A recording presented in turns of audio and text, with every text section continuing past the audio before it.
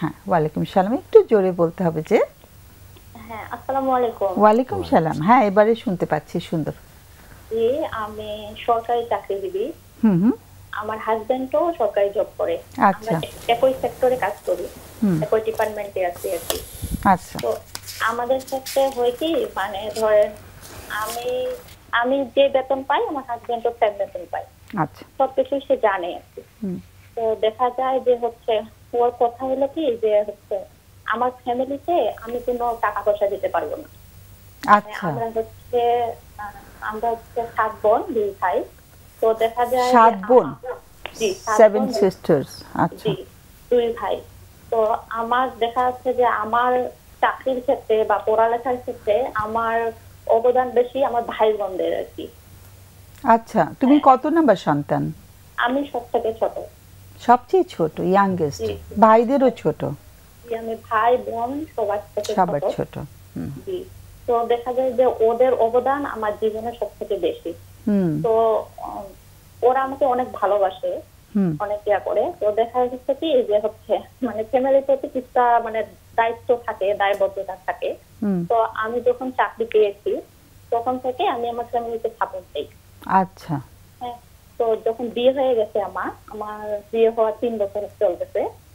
মানে তো তুমি চাকরিটা পেয়েছো বিয়ের আগেই? জি, আমি বিয়ের আগে চাকরি পাইছি। আচ্ছা, আর আমি বিয়েটা কিভাবে হয়েছে তোমাদের? বিয়ে হয়েছে মানে পছন্দ ছিল, হুম। দুজনের পছন্দ ছিল, তারপরে মানে অ্যারেঞ্জ করেই হয়েছে আর কি। মানে দু ফ্যামিলির মতামতে বিয়ে হয়েছে, হ্যাঁ, কিন্তু আগে থেকে পছন্দ ছিল? আগে থেকে পছন্দ ছিল বলতে মানে প্রপোজালের মাধ্যমে হয়েছে, মানে আমাদের রিলেশন ছিল না। আচ্ছা, পছন্দ মানে ছিল কিন্তু তোমাদের সম্পর্ক বা প্রেমের সম্পর্ক ছিল না তখন? না না, সম্পর্ক ছিল না, পছন্দ ছিল না, মানে প্রপোজালের মাধ্যমে, কলিগের মাধ্যমে, প্রপোজালের মাধ্যমেই বিয়েটা। আচ্ছা আচ্ছা, ওকে। হুম জি। হুম তো মানে খুব বেশি দিনের পরিচয় না, অল্প দিনের পরিচয়ের মাধ্যমেই বিয়ে হয়েছে। ওকে। তো বিয়ে হওয়ার পরে আমি মানে টাকা পয়সা মানে ওর সব হিসাব রাখি আর কি, যে আমি কত টাকা বেতন পাই ও তো সব জানি। তো দেখা যায় যে সবকিছুই ওর হিসাব রাখতে হবে, মানে সবকিছুই ওর মানে কোনটা আমি কি করতেছি না করতেছি সবকিছু ঠিক আছে। এখন আমি বাসায় দেখা যাচ্ছে যে আমি আমার মা বাবা কে যদি টাকা দেই ওইটা ওর মানে বলে যে হচ্ছে মেয়ে মানুষ বিয়ে হয়ে গেছে কেন টাকা দেওয়ার লাগবে, মেয়ে মানুষ বিয়ে হয়ে গেলে সব দায়িত্ব শেষ, তুমি বিয়ের আগে দিচ্ছ এখন কেন দিবা, এখন তুমি আমার সংসারের দিকে খেয়াল রাখবা, আমার সংসার নিয়ে ভাববা। আচ্ছা। তারপর ধরেন আমি তো সবার ছোট, আর আমরা হচ্ছে মানে আমার ভাই বোন অনেকগুলাই, তো আমরা হচ্ছে ফ্যামিলি গ্রুপে কথা বলি আর কি, আচ্ছা, বুঝেছি, গ্রুপ করে নিয়েছো। হ্যাঁ। জি জি, আমরা কথা বলি সবাই, যে যাদের অ্যান্ড্রয়েড ফোন আছে সবাই যুক্ত হয়ে কথা বলে। হুম। তো দেখা যায় কি ও বিরক্ত, মানে আমি কেন কথা বলি, হ্যাঁ। আমি হচ্ছে মানে ও বলতে দিবে না। আমার ফ্যামিলি থেকে ফোন দিলেই ও মানে বিরক্ত প্রকাশ করে। ইভেন আমার ফ্যামিলিতে ফোন দিয়ে উল্টাপাল্টা বলে যে আপনারা তো আপনার টাকা নেন কেন নেন, কিন্তু আমি ওকেও টাকা দিই। হ্যাঁ, আমি চাই যে ওর সাথে ভালো থাকতে, ওর সাথে থাকতে। তো ওকেও আমি টাকা পয়সা দেই, অনেক হেল্প করার চেষ্টা করি। আমি নিজের কথা কখনো ভাবি না, আমি চাই যে আমার বাবা আমার ফ্যামিলিও ভালো থাকুক, ওর সাথে যে থাকতেছি ওর ফ্যামিলিও ভালো থাকুক। কিন্তু ও এটা বোঝার চেষ্টা করে না। ওর সব সময় দোষারোপ, কেন তুমি দিবা টাকা, আমি মানে ও তো নিজেও চাকরি করে, বলে আমি একটা ভালো ফ্যামিলিতে বিয়ে করতে পারতাম। আমার হচ্ছে মানে ও সবসময় শ্বশুর বাড়ির প্রতি একটা আলাদা ইয়া, যে আমার মানে তোমার ফ্যামিলিটা ভালো না তাই বলতে চাচ্ছে? ও বলতে চাচ্ছে মানে আমি কেন আর্থিক সাপোর্ট করতেছি। আচ্ছা, মানে ওর প্রবলেম এইটা। মানে ভালো বলতে এরকম মিন করছে যে আর একটু মানে সচ্ছল ফ্যামিলি যেখানে সাপোর্ট দিতে হয় না। জি জি জি, সাপোর্ট দিতে হয় না। ওর একটাই কথা যে হচ্ছে আমার ফ্যামিলি নিয়ে তোমার ভাবতে হবে। আর আমি এখন মানে প্রেগন্যান্সিতে আছি, তো মানে ও এখনো আমাকে পেরা দেয় যে তুমি হচ্ছে তোমার সন্তানকে আমি বলে দিব সবকিছু, যে তুমি হচ্ছে তার জন্য ভাবো নাই। কিন্তু আমি তো ওকেও টাকা দিচ্ছি, আমার কথা হলো যে আমি তো তোমাকেও টাকা দিচ্ছি। সন্তানকে কি বলবে বলেছে? বলতেছে যে তুমি হচ্ছে তোমার বাবা মাকে টাকা দাও, তোমার সন্তানের কথা তুমি ভাবতেছো না। মানে যাতে মানে অনাগত সন্তান এখনো আসেনি সে পৃথিবীতে, সে তোমাকে মানে একটা মানে কি বলবো নেগেটিভলি দেখে আর কি, তাই তো? নেগেটিভলি, জি। তখন আমি খুব স্ট্রেসে ভুগি যে মানে এটা কেমন কথা, যে মানে শুধু টাকার জন্যই, তাছাড়া আমাদের অন্য কোনো সমস্যা নাই, যে আমি যে অন্য কোনো সমস্যা থাকবে, শুধু টাকা, শুধু তার টাকা চাই।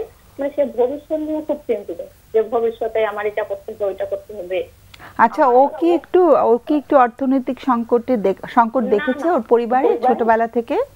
না, অর্থনৈতিক সংকট বলতে কি, মানে ওর হচ্ছে মানে চাচা এই সেই ফুপু ওরা একটু বেশি ওদের থেকে ভালো পজিশনে আছে।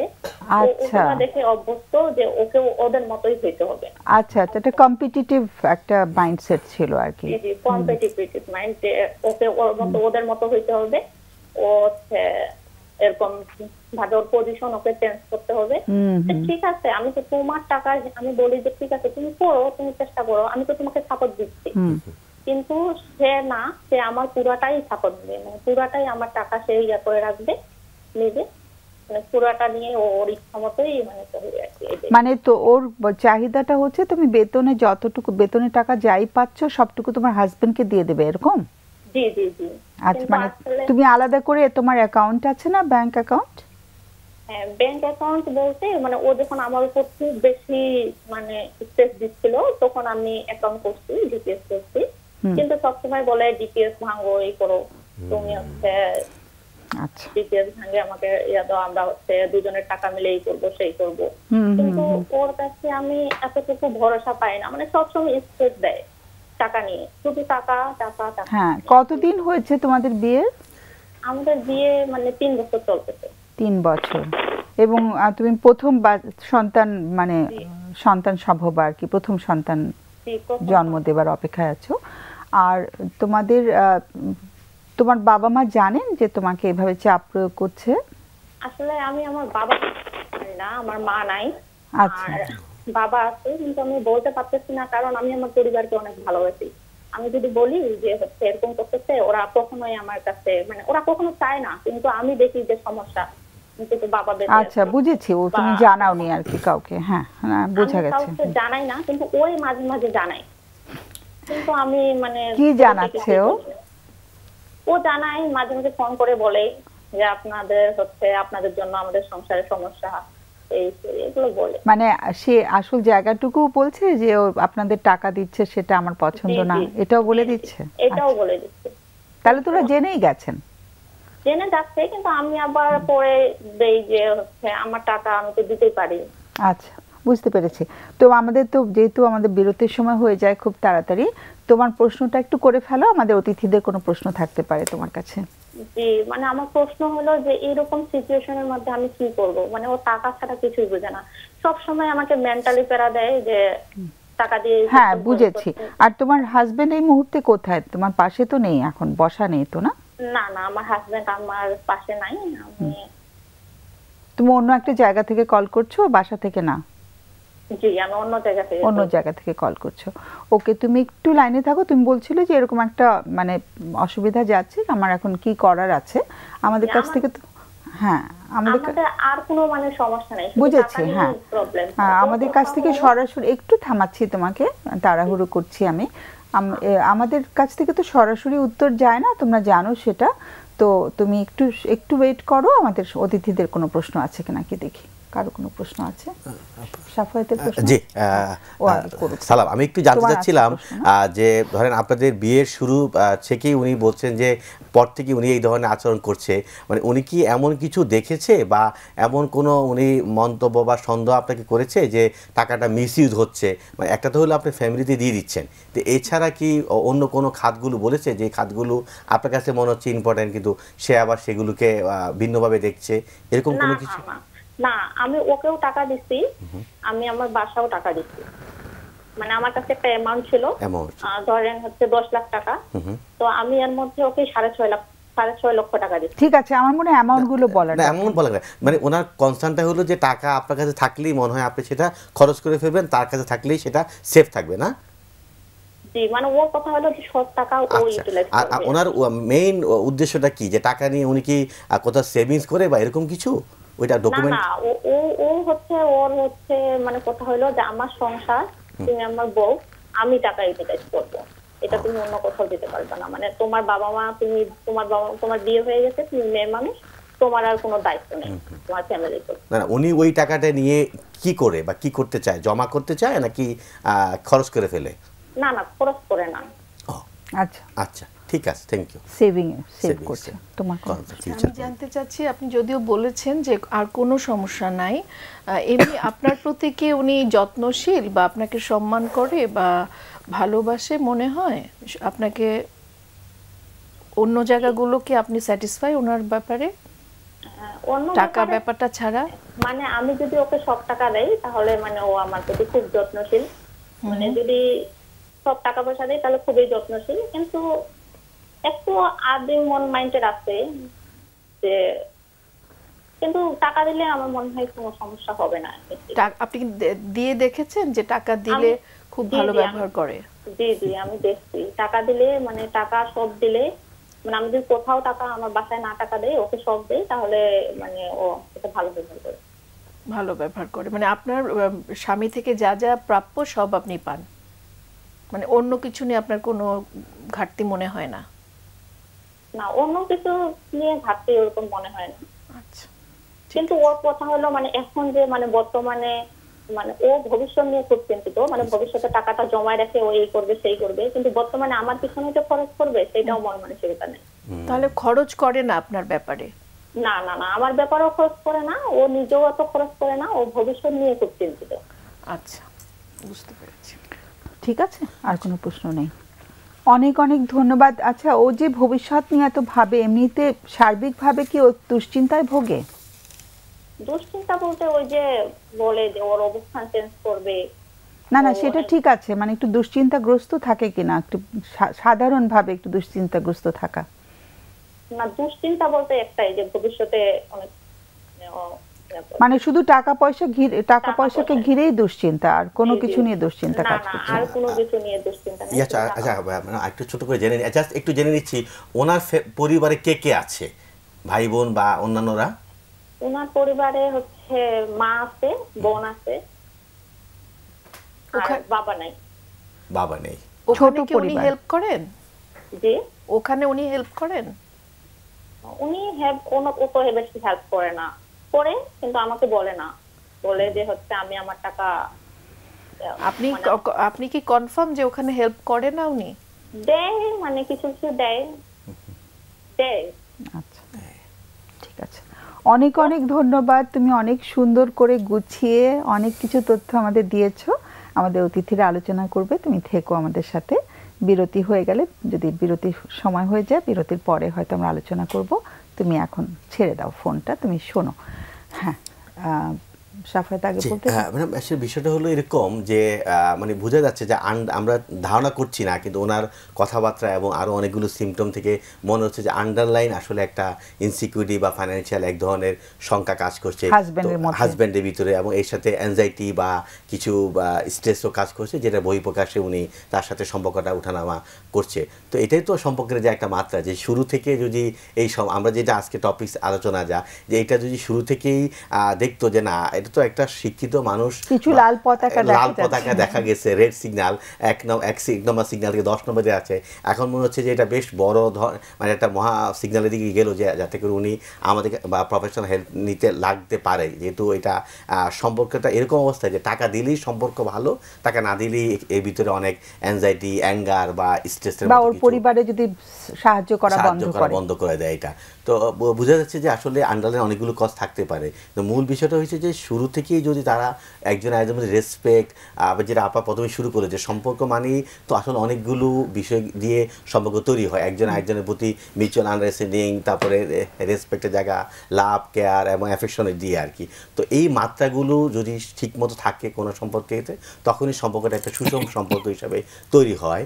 তো এটা শ্রেণীভেদে বা শিক্ষিত শ্রেণী, গ্রামে শহরে একই জায়গায় এক এক মাত্রা থাকতে পারে, কিন্তু ওনারা যেহেতু দুজনেই শিক্ষিত, দুজনেই জব করছে, একই সেক্টর জব করছে, এবং উনি জানে যে একটা পরিবার চলতে গেলে কতটুকু খরচ লাগতে পারে, যেহেতু সে পরিবারের ছোট সন্তান, বলেছেও সে হাজব্যান্ডকে যে আমার জন্য তারা কতটুকু খরচ করেছে।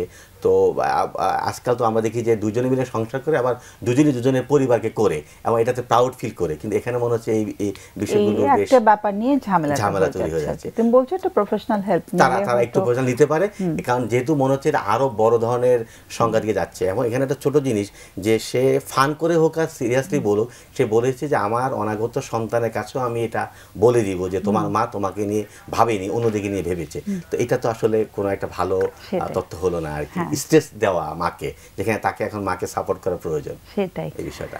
ওকে সেলিনা, তুমি যদি বলো। হ্যাঁ, আমি আসলে খুবই অবাক হয়েছি এই সময়ে এসে এরকম ওনার হাজবেন্ড সম্পর্কে উনি যেটা বলেছেন।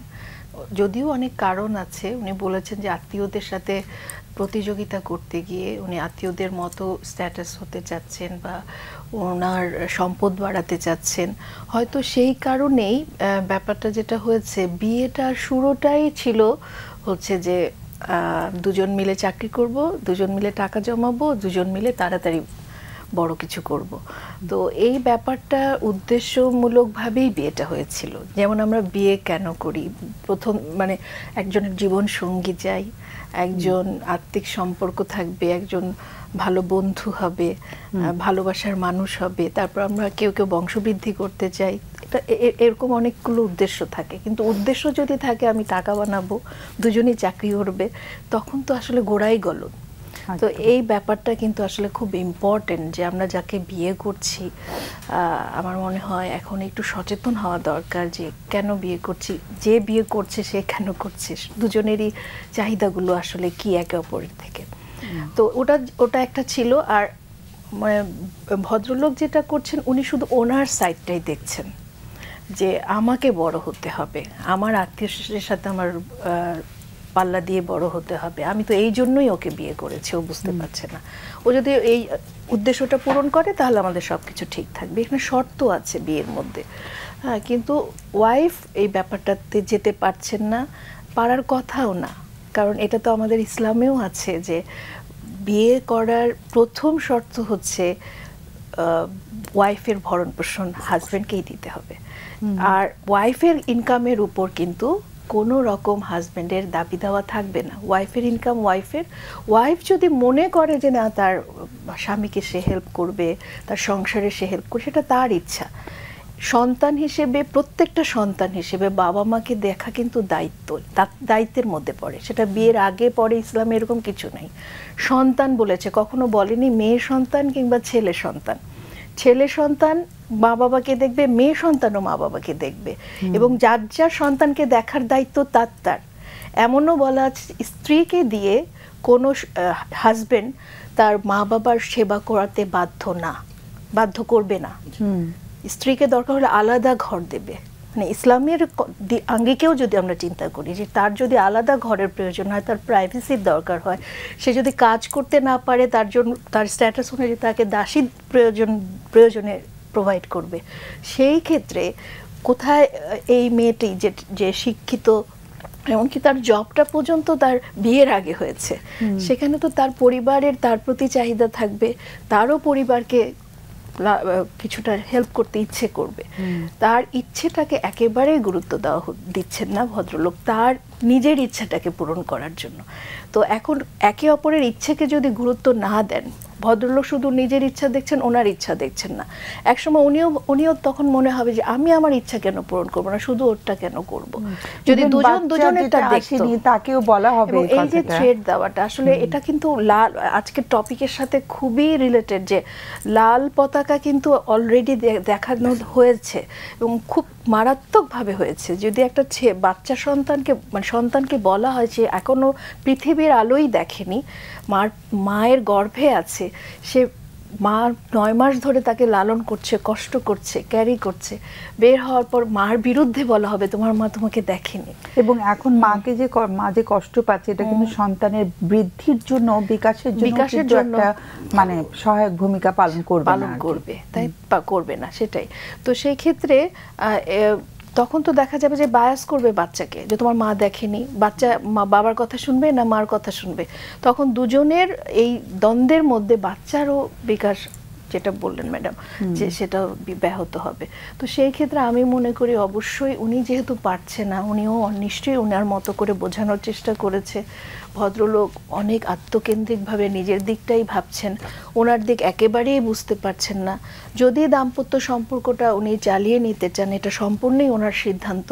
সেই ক্ষেত্রে ওনারা কাপল কাউন্সিলিংয়ের কাছে দুজন মিলে যেতে পারেন, যে ভদ্রলোকের এই যে দৃষ্টিভঙ্গির জায়গাটা, যে পার্সপেক্টিভে উনি ওনার ওয়াইফের দিকটা দেখতে পাচ্ছেন না, সেই দিকটা দেখার জায়গাটা হয়তো আসতেও পারে, আর যদি না আসে পরে ডিসিশন ওনারা এবং নেবেন। যদি হাজবেন্ড, মেয়েটি যে কল করেছে হাজবেন্ডের অগোচরেই কলটা করেছে, যদি দেখা যায় যে কোনোভাবেই হাজবেন্ড রাজি হচ্ছেন না, অনেক সময় হাজবেন্ড বলেন যে সমস্যা তো তোমার, আমার তো সমস্যা না, তুমি তো টাকা দিচ্ছ, মানে তোমার ফ্যামিলিকে তুমি টাকা দিচ্ছ, it's not my problem, it's your problem. তো হাজবেন্ডরা অনেক সময় বলে যে এটা আমার সমস্যা না, তোমার সমস্যা হলে তুমি যাও, তুমি হেল্প নাও। তো সেক্ষেত্রে ওকে একাই যেতে হবে। একা যদি যায়, তারপরে উনি তো সিদ্ধান্তহীনতায় হয়তো ভুগছেন, যে জন্যই প্রশ্নটা করেছেন যে ও তো টাকা দিলে আসলে সব ঠিক থাকে, তাহলে আমি কি করব। ওর যে সাফারিংটা হচ্ছে, সেই জন্য এই যে অনাগত সন্তানটি সে তার ভেতরে আস্তে আস্তে বড় হচ্ছে, ওর আসলে খুব মানসিক স্থিরতা সুস্থতা দরকার। সে নিজেও কিন্তু একা যেতে পারে যদি হাজবেন্ড একেবারে রাজি না হয়, কারণ হাজবেন্ডের অগোচরে ফোনটা করেছে আর কি। আর হাজবেন্ড কিন্তু খুব ইয়ের সাথে বলছেন, কনফিডেন্সের সাথে বলছেন যে তোমার বিয়ে হয়ে গেছে, তুমি বিয়ে হয়ে যাওয়ার পরে মা বাবাকে কেন হেল্প করবা। তো ওনার নলেজ জন্যই বলা যে ধর্মীয় যে রুলস গুলো, সেগুলো তো এই যুগের না, অনেক আগে থেকেই। তো উনি ওই রুলস গুলো যদি দেখেন, সেক্ষেত্রে কিন্তু এটা এত কনফিডেন্সের সাথে ওয়াইফকে বলতে পারেন না। ওনারও নলেজ গুলো আসলে এই ব্যাপারে বাড়াতে হবে। এখানে একটা জিনিসটা উনি বললো যে সম্পর্ক ঠিক আছে, আসলে সম্পর্ক যে ঠিক না, এটা কিন্তু অনেকগুলো জায়গা থেকে পাশাপাশি যে এখানে একটা জিনিস বললো যে হ্যাঁ টাকা দিলেই, কিন্তু আমরা যেমন সম্মানের জায়গাটা, যে একজনকে করা যে কত ভালো লাগে, মানে এখানে সম্মান নেই, আন্ডারস্ট্যান্ডিং নেই, যে আমার ইনকাম দিয়ে আমি ফ্যামিলিকে কিছু করব, এগুলোতে মিসিং আছে, বোঝাই যাচ্ছে